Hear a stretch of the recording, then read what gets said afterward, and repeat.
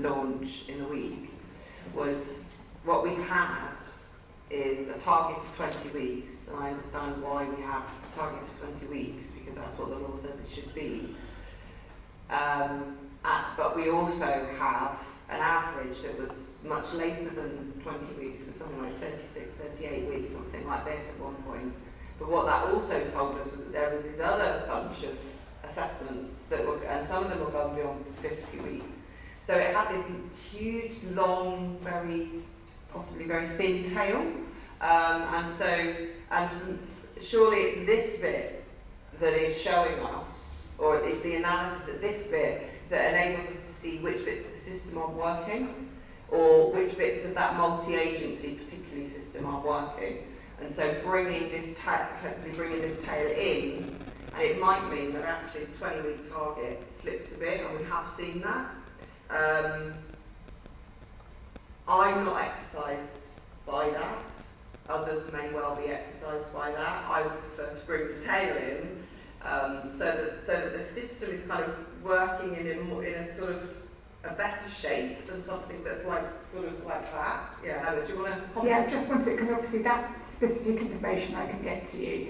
But in terms of this time last year, our waiting time was on average, the average waiting time for the HCP was 36 weeks.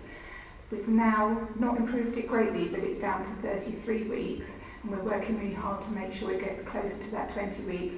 But we are really, really, really making sure that we don't breach that 52 weeks as well, because as you know, Councillor Townsend just said, we don't want there to be families waiting for the length of time that it sounds like you waited for your chance in HCP. So we are trying really hard to make sure that we might not get down to that 20 weeks, but we certainly want parents and families to be waiting well and waiting for a less time on average, but making sure that nobody waits too long for their EHCPs.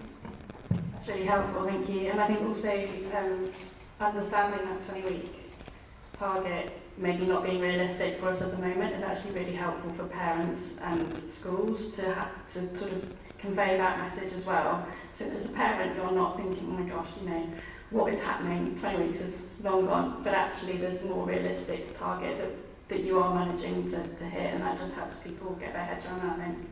And sort of coming back on that again, I'm working with our brilliant Parent Carer Forum in Bristol, and we are looking at how we help communicate all of this information really clearly in a timely way, not only to families, which is obviously vital, but also to schools.